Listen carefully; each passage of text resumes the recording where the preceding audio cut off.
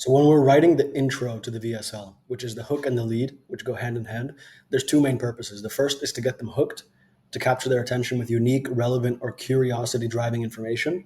This can be promising the root cause, the real root cause revealed, promising a solution or a benefit, or just calling out the prospect based on personal characteristics or based on the problem.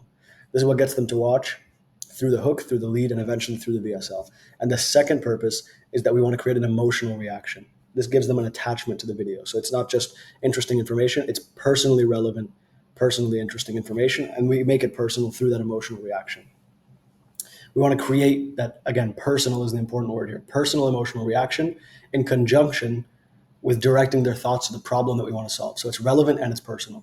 And these two go hand in hand. Oftentimes, a hook will have both. It'll have some kind of a promise to the specific person we're talking to that's going to give them hope, give them interest, give them curiosity, and relevant information.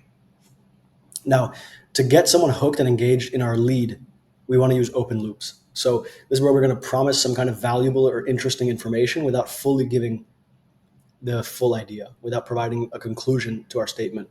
So this can be something as simple as, there's one key trick that we can use to stop gut problems, hair loss, any type of problem that we're trying to solve. There's one key thing, and it doesn't involve whatever alternative solution. But before I tell you that, blah, blah, blah. And you don't have to be overt with the open end of the loop. You don't have to say, before I tell you that, I'll tell you in 5 seconds. You can just move on to the next idea. Once that loop is open, you've given them relevant information, but not the full thing. So an effective way to do this is to promise a benefit using a trick or a method or one new thing, one new discovery, something enticing that can be almost bundled into one idea. This one thing is going to help you get this or avoid this. And they want to find out what that is. So that's what creates that watch time, and it's building tension because they're subconsciously, they want that information. So they're going to keep on watching. And we want to give some details. You don't want to be vague about the open loop. Who is it invented by? It only takes 5 minutes or 2 minutes or 30 seconds before bed. It was created by this top doctor. Give specific information without revealing the actual core, the golden nugget. And this is what makes the loop open, that the most valuable information is left till the end. And because it's missing, again, they subconsciously will keep on watching to get that information. They're going to keep moving forward to try and get that. Now, the open loops often work best when stacked on top of one another. We promise a desired benefit. We promise some kind of information about the root cause of their problem. We promise the one thing that they're doing that's messing up their situation, etc. And then the key when doing these open loops is, first of all, make the promise personally relevant. So if you're going to promise information, make it something that's relevant and valuable to them that they would actually want to know. And two is that we give them something but not everything. So for example, you can say, this doctor also shocked social media when she revealed we've been wrong about the root cause of back pain for 30 years. And it turns out it's not caused by bad posture. The real root cause is something that no doctor expected in the last 30 years. So we give them something, we give them what it's not, but we don't give them what it is. We don't give them the one thing that if they had it, they would stop watching the video, because we want them to continue to consume the information, to accept these beliefs, to take a new approach and open their mind to a new perspective. And then we'll give them that information when we're explaining the problem mechanism. And then one way to write very good open leads is to first write the body of your VSL. And then you go through and you highlight the most relevant, the most valuable, the most shocking information, and turn those into open loops that you can put throughout your lead. And again, you want to be closing these loops throughout the VSL, but it doesn't have to be overt. You don't have to reference back to it. That's why writing the body first, you'll naturally close the loops, because the open loop is taken from information that's already in the body, which is the closing of it. Now, hooks are highly effective because they're typically open loops in a much more concise form. So most hooks are going to be a promise. This is how I stopped my knee pain after 4 years of suffering with this one crazy trick my chiropractor showed me. Hooks are often open loops, promising something without revealing the mechanism of the promise, the solution mechanism. And now when I write my VSLs, this is going to help you write better hooks and leads as well, is I write the close first, the most formulaic part of the VSL is the easiest to do. Then the mechanism explanations and the metaphors to describe and visualize those mechanisms. And then I fill out the body structure of the VSL.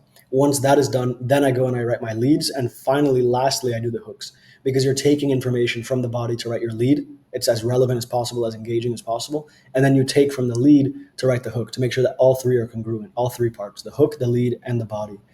The more congruence you have between the transition points, the higher your watch time is going to be and the less people will drop off.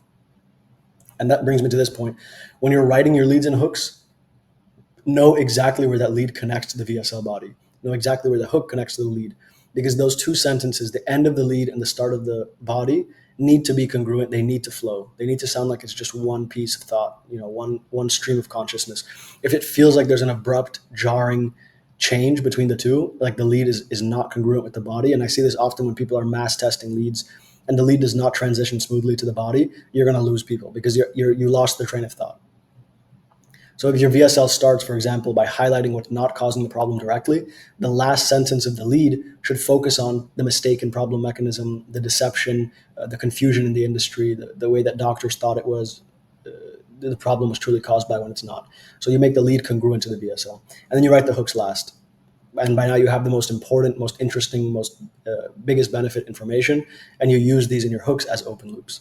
The more congruence and smoothness there is, as I mentioned, between the transition points, the higher your watch time will be, and the less confusion there is, and the more your video and your message is consumed. Now, to get the most juice out of your hooks, one of my favorite ways to do this, and again, the important part of the hooks is because they're going to allow you to scale, yes, but more so, what they're going to do is they're going to get more stability in your ad account because Facebook will have more creatives to choose from to match to the pocket of buyers that they think is most effective that day at that price point. And it's going to have more longevity. You can get a lot more time at a certain scale out of a winning VSL when you have lots of new creatives and creative variations that come from the hook. So one way to do this is once you have many winning hooks, there are two factors that you can change. You can mess with the copy or the visuals. So I prefer to mess with the visuals because one strong copy, the copy of the hook, the text that's read out loud and put on screen, you can make 10 different hooks out of that. So you find the copy that works the best with a visual, obviously, because you're testing both at once. And then you make similar visuals on that same copy and you test 10, 20 different versions of it. And you can see this all the time with Gundry MD, Miami MD, Neuro, all the big direct response brands on Facebook. They're testing the same hook copy with tons of different visuals that are very similar. For example, if someone's selling a heater, a home heater, a portable heater, they'll show like some weird gadget from YouTube that someone made out of like a fireplace, a flame, a candle, a bottle of water. And it looks like it's matching the hook, like this secret 60-second trick helps you heat your entire home in 10 minutes and cut your power bill. And they'll have that hook tested with 10 different visuals of these homemade do-it-yourself gadgets, which are very engaging. And then they'll just test different lines of hooks, different lines of copy with different visuals. So they'll have like 4 different lines of copy that they're testing, and each of them has 10 different hook visuals. So their ad library will be full of these hook tests. I don't recommend spray and pray testing, meaning putting random copy with random visuals and just setting it out there. I recommend sticking to what works and making iterations on that in the hook. And just some general best practices, use a lot of 3D animations, native looking iPhone videos. So not UGC with like great lighting and all this stuff. If you want to do a real direct response video that sucks them in and gets that belief and the suspension of disbelief, then you want to make it look homemade and viral. So low quality videos, more gritty videos, stuff that you would see going viral maybe 5 years ago. Those are the most interesting videos. And then avoid using shots of people, scenes of people in your hooks, especially stock footage of people's faces. This is like the least engaging content you can have. So show the 3D animations, show split screens of like someone with knee pain and then inside of the knee as a 3D animation. And then show those homemade, viral, gritty looking clips. This is what's going to make the most effective hooks possible.